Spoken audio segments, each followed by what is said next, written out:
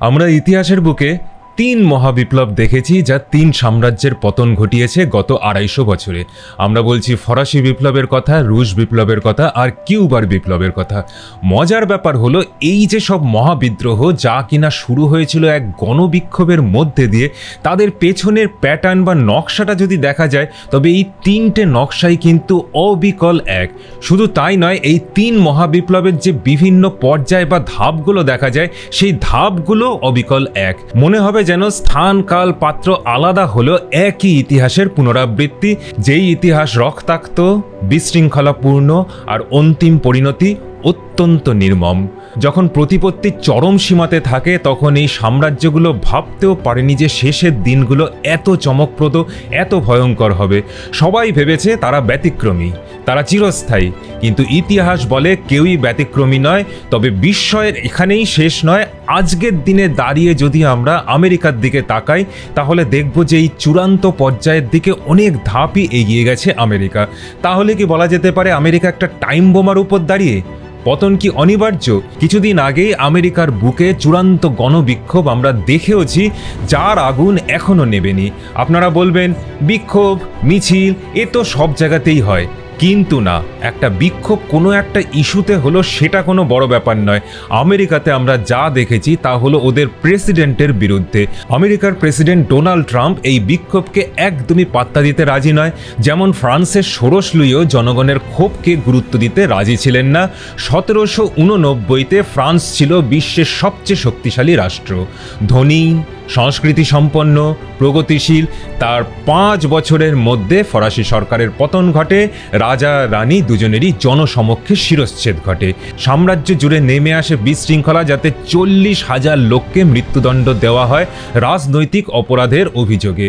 ১৯১৭-তে Russia ছিল একটা বিশাল সাম্রাজ্য। রাশিয়ার জারের প্রজার সংখ্যা ছিল ১৮০ মিলিয়ন। সেই সময়ের পৃথিবীর জনসংখ্যার নিরীক্ষে যা ছিল খুবই বড় একটা সংখ্যা। যার ভাবতেন ঈশ্বর তার সাথে সাধারণ মানুষ কি করবে।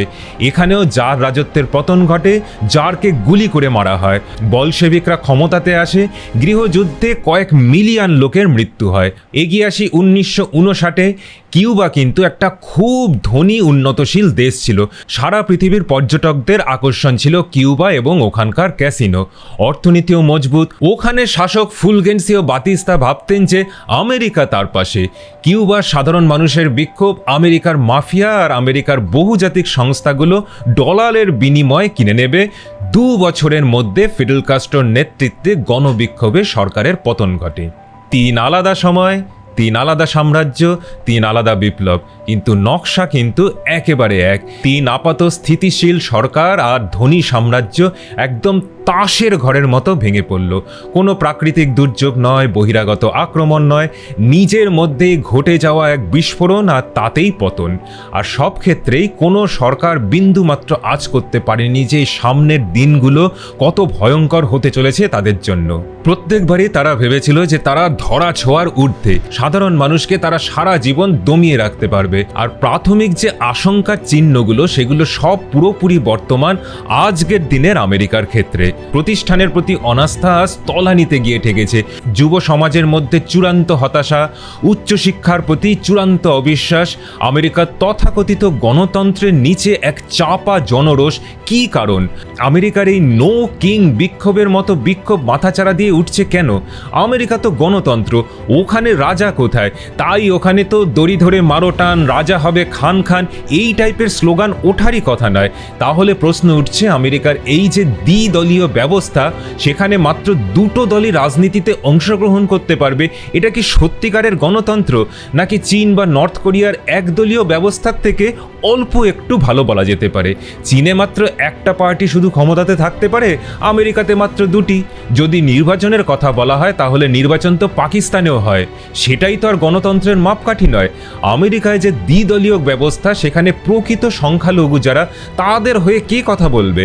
আমেরিকার রাজনৈতিক ব্যবস্থা ব্যবস্থা কি আজকে সাধারণ আমেরিকানদের কথা ভেবে তৈরি, নাকি সেই রাজনৈতিক দলগুলোকে যারা মিলিয়ন ডলার দিয়ে সাহায্য করছে সেই বহুজাতিক সংস্থাগুলোর কথা ভেবে তৈরি? আমেরিকা কি সত্যি এক মহাবিপ্লবের সামনে দাঁড়িয়ে? বিপ্লব কি সত্যিই কোনো সমস্যার সমাধান করে? আলোচনা করব আজকের এই সব বিষয়গুলোই। আশা রাখবো এই ধরনের রিসার্চধর্মী ভিডিও আপনাদের মনের অনেক প্রশ্নের উত্তর খুঁজে পেতে সাহায্য করবে। অনুরোধ করব লাইক, শেয়ার আর সাবস্ক্রাইব করতে কিন্তু ভুলবেন না। বাঙালিকে বিপ্লব কি সেই বিষয়ে জ্ঞান দিয়ে লাভ নেই।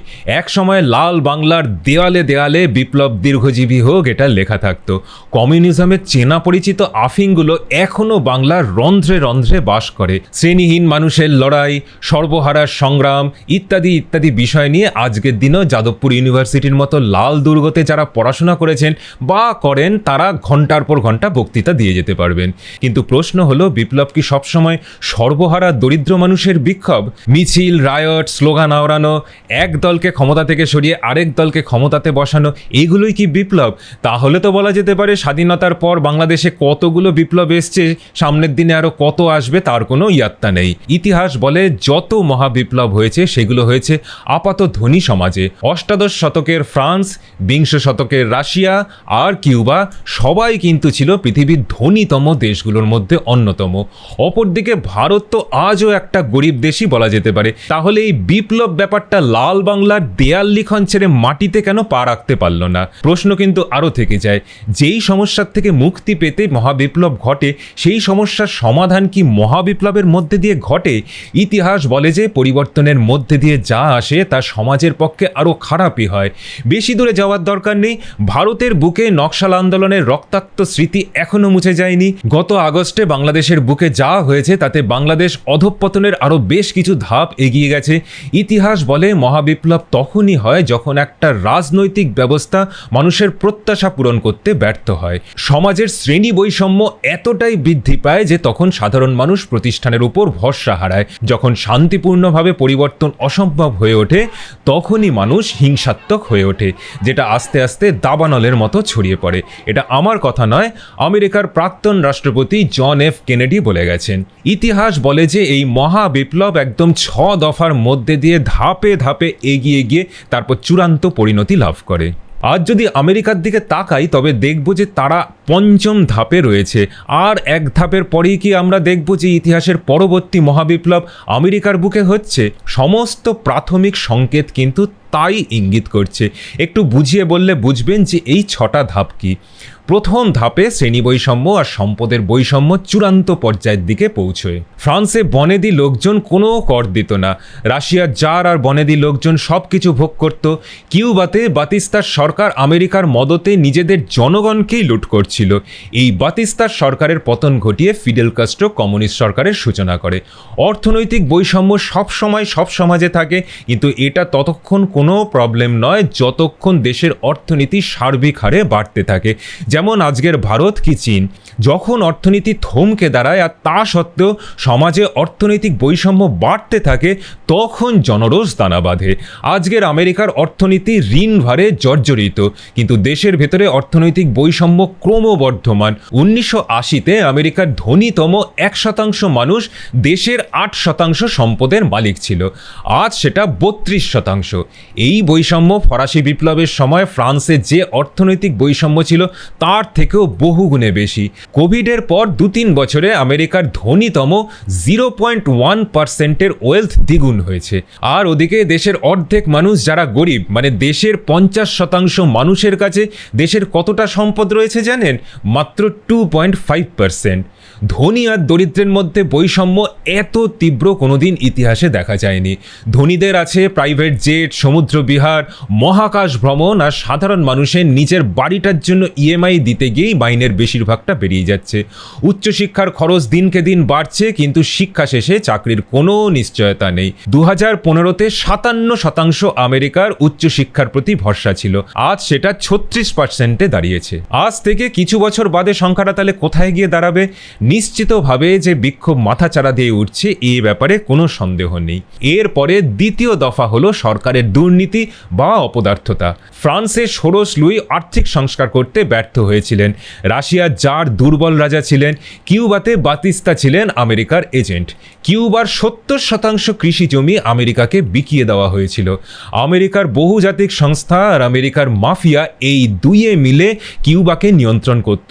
জনগণ তখন সরকারের উপর ভরসা হারায়, আর আজকের আমেরিকা মাত্র 3% লোকের রাজনীতিবিদদের উপর ভরসা আছে, আর 65% লোক মনে করে সুপ্রিম কোর্ট বা বিচার ব্যবস্থা নিরপেক্ষ নয়, ধনীদের পকেটে। ভাবতে পারেন কতটা সাংঘাতিক এটা একটা রাষ্ট্রের পক্ষে। বেশিরভাগ আমেরিকান মনে করেন যে ওখানের ভোট কারচুপিতে হয়। রাজনৈতিক নেতারা জনসাধারণের জন্য নয়, যেই সব বহুজাতিক সংস্থাগুলো তাদের মিলিয়ন ডলার দেয় তাদের হয়ে কাজ করে। রাজনৈতিক নেতারাই বকলমে কর্পোরেট দুনিয়ার মাথা হয়ে তাদের হয়ে কাজ করছে। দেশের মাথাতে 36 ট্রিলিয়ন ডলারের ঋণ, 4.5 কোটি আমেরিকান স্টুডেন্টের ওপর যে স্টুডেন্ট লোন, তার সম্মিলিত ভ্যালু হলো 1.83 ট্রিলিয়ন।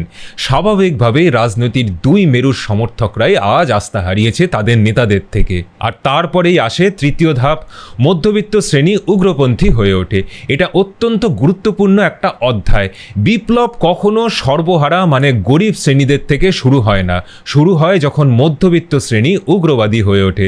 ফ্রান্সে আইনজীবী আর মধ্যবিত্ত ব্যবসায়ীরা খেপে গেছিল রাজতন্ত্রের বিরুদ্ধে। রাশিয়াতে মহিলারা, ছাত্ররা, শিক্ষিত মধ্যবিত্তরা আন্দোলনকে নেতৃত্ব দিয়েছিল। কিউবাতে ফিডেল কাস্ট্রো নিজে ছিলেন আইনজীবী, যিনি শহুরে মধ্যবিত্তদের উগ্রবাদী করে তুলেছিলেন। আর আজ আমেরিকার বুকে সেই উগ্রবাদকে আমরা সর্বস্তরে দেখছি। শিক্ষা, স্বাস্থ্য আজ মধ্যবিত্তদের নাগালের বাইরে চলে যাচ্ছে। মানুষের আয় বাড়ছে না, জমি বাড়ির দাম আকাশ ছোঁয়া, অসুস্থ মানুষ চিকিৎসা করতে দেউলিয়া হয়ে যাচ্ছে। মাথার ওপর পাহাড় প্রমাণ স্টুডেন্টস লোন নিয়ে সবাই কলেজ থেকে বেরোচ্ছে। আগের প্রজন্মের লোকের যা সামর্থ্য ছিল, আজকের প্রজন্মে তাদের সন্তানাদির সেই সামর্থ্য নেই। এরপরেই আসে চতুর্থ ধাপ, যেখানে সাধারণ মানুষ প্রতিষ্ঠানের ওপর থেকে ভরসা হারায়। নির্বাচনী ব্যবস্থা, বিচার ব্যবস্থা, আইন ব্যবস্থা সব কিছুর ওপর থেকে ভরসা চলে যায়। ফ্রান্সে জাতীয় পরিষদ তৈরি হয়েছিল যখন সাধারণ মানুষ রাজতন্ত্রের ওপর ভরসা হারিয়েছিল। রাশিয়ার সৈন্যবাহিনী জারের বিরুদ্ধে চলে গিয়েছিল। কিউবাতে সাধারণ মানুষ মনে করত যে বাতিস্তা আমেরিকার হয়ে দেশকে শোষণ করছে, আর এই সময়তেই প্রতিষ্ঠানকে মূল থেকে উপড়ে ফেলার চেষ্টা করে সাধারণ মানুষ। আজ আমেরিকার মাত্র 28% লোক মিডিয়াকে ভরসা করে। 1972-এ যেই সংখ্যাটা 68% ছিল। পিউ রিসার্চ বলে যে মাত্র 31% জনগণ পুলিশকে ভরসা করে। রাজনীতির দুই মেরুই আজ উগ্রবাদী হয়ে উঠেছে।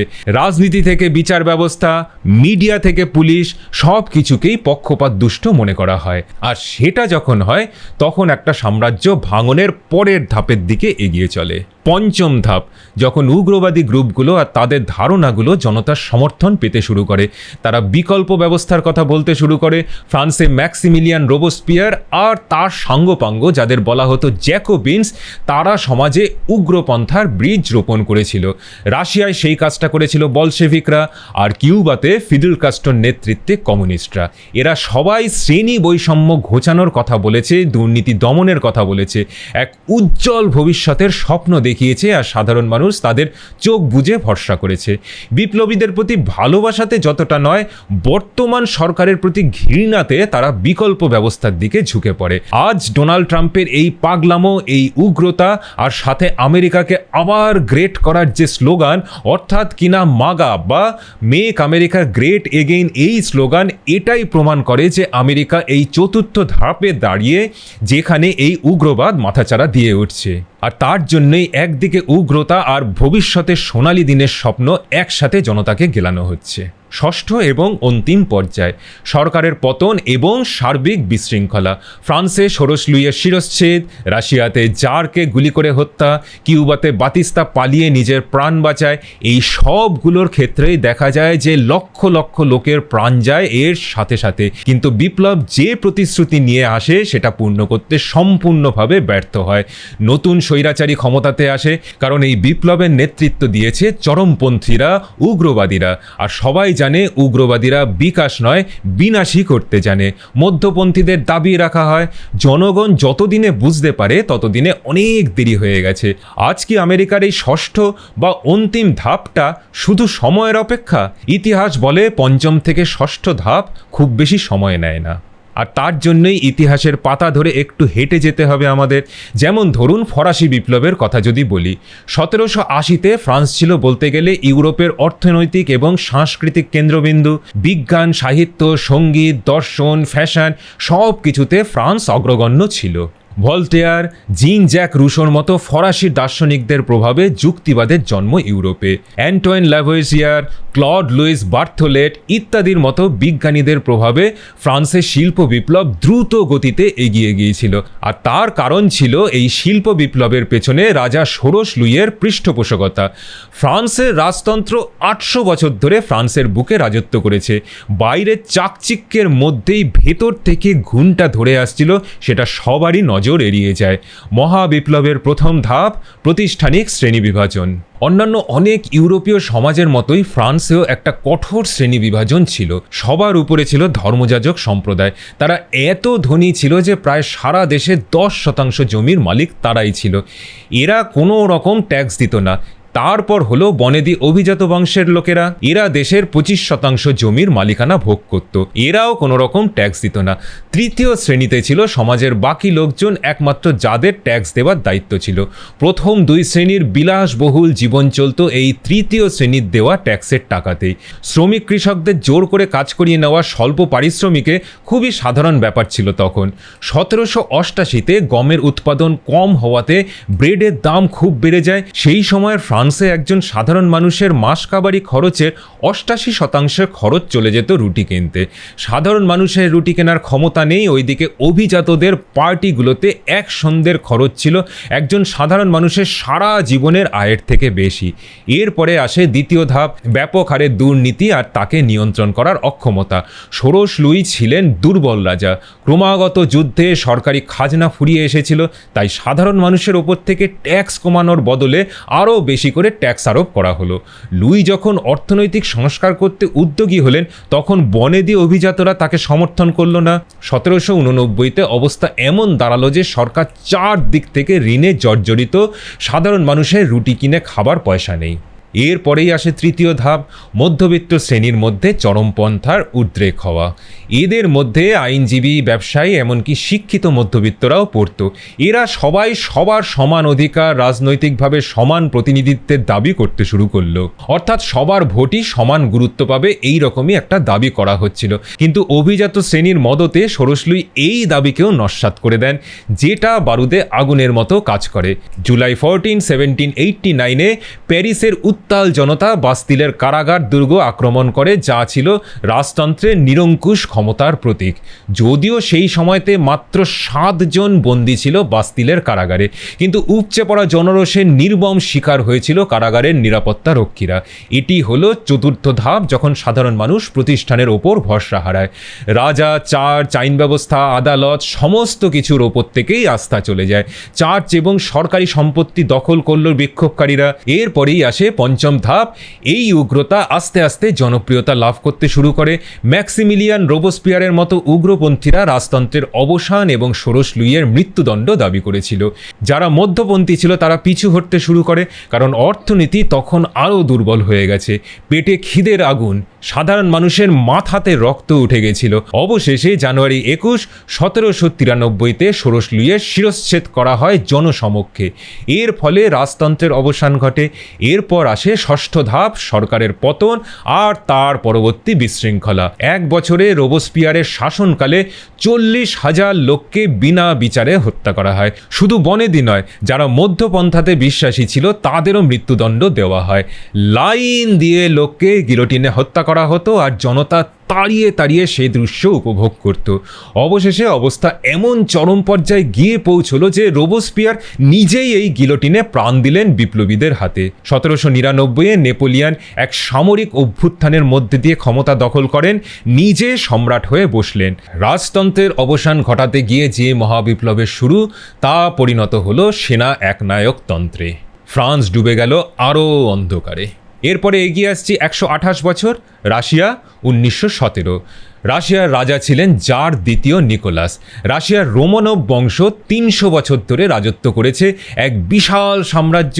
কিন্তু উপরের চাকচিক্যের নিচে একইভাবে ঘুণ ধরে আসছিল সমাজে। বনেদি পরিবারদের হাতে সব অর্থ আর ক্ষমতা। 80% জনসংখ্যাই ছিল প্রতিষ্ঠানিক বৈষম্যের শিকার। এরা ছিল ভূমিদাস, যাদেরকে জোর করে কাজ করানো হতো। কারখানাগুলোতেও মজুদদের জোর করে খাটানো হতো। কোনো নিরাপত্তা ছিল না। ওদিকে অভিজাতদের বিলাস বেসন দিনকে দিন বেড়েই যাচ্ছিল। এটি ছিল প্রথম ধাপ। এরপরে আসে দ্বিতীয় ধাপ, যেখানে সরকারের অকর্মণ্যতা প্রকট হয়ে ওঠে। নিকোলাস ছিলেন রাজনৈতিকভাবে একদম অপটু, বাস্তব জ্ঞান রহিত। বিশ্বাস করতেন দৈব ইচ্ছাতে তিনি রাজা। তাই সংস্কার বিরোধী। 1905-এ শ্রমিকদের এক শান্তিপূর্ণ মিছিলে নির্বিচারে গুলি চলে আর 100 জনের মৃত্যু হয়। 1914-তে রাশিয়া প্রথম বিশ্বযুদ্ধতে অংশগ্রহণ করে, যাতে 3 মিলিয়ন লোকের মৃত্যু হয়। অর্থনীতি একদম নুয়ে পড়ে। ওদিকে জার রাসপুটিন নামে একজন ধর্মগুরুর পরামর্শে দেশ চালাচ্ছে। এরপর আসে তৃতীয় ধাপ। 1917-এ পেট্রোগ্রাড, সেন্ট পিটার্সবার্গে বিক্ষোভ ছড়িয়ে পড়ল। মহিলাদের নেতৃত্বে আন্দোলন শুরু হলো, যাতে শ্রমিকরাও অংশগ্রহণ করতে শুরু করলো। সেনাবাহিনী এই বিদ্রোহীদের দমন করতে অস্বীকার করে। সেনাবাহিনী সরকারের বিরুদ্ধে চলে গেলে সরকারের পতন অবশ্যম্ভাবী। জার নিকোলাস সিংহাসন ত্যাগ করলেন। বাংলাদেশের উপদেষ্টা সরকারের মতোই একটা অস্থায়ী সরকার তৈরি হলো আলেকজান্ডার কেরেনস্কির নেতৃত্বে। কিন্তু এই সরকারও প্রথম বিশ্বযুদ্ধ থেকে পিছু হটল না। চতুর্থ ধাপে জনতা প্রতিষ্ঠানের উপর সম্পূর্ণভাবে ভরসা হারালো। এই উপদেষ্টা সরকারের উপর জনতা আস্থা হারাতেই ভ্লাদিমির লেনিনের মতো উগ্রবাদীর উত্থান। এরপরে আসে পঞ্চম ধাপ, আর মহাবিপ্লবের প্রতি সমর্থন আস্তে আস্তে সাধারণ মানুষের মধ্যে ছড়িয়ে পড়ল। লেনিনের নেতৃত্বে বলশেভিকরা উপদেষ্টা সরকারের সদস্যদের আটক করে 1917-র অক্টোবরে। 24 ঘন্টার কম সময়ের মধ্যেই লেনিন ক্ষমতা দখল করল। এরপরে আসে ষষ্ঠ অধ্যায়, বিশৃঙ্খলা আর প্রতিশোধের পালা। 1918 থেকে 1922 এই 4 বছর গৃহযুদ্ধে 10 মিলিয়ন লোকের মৃত্যু হয়। প্রতি বিপ্লবী কি চক্রান্তকারী কি বিদেশি চর ইত্যাদি নানা সন্দেহে গ্রামকে গ্রাম ভ্যানিশ করে দেওয়া হয়েছে।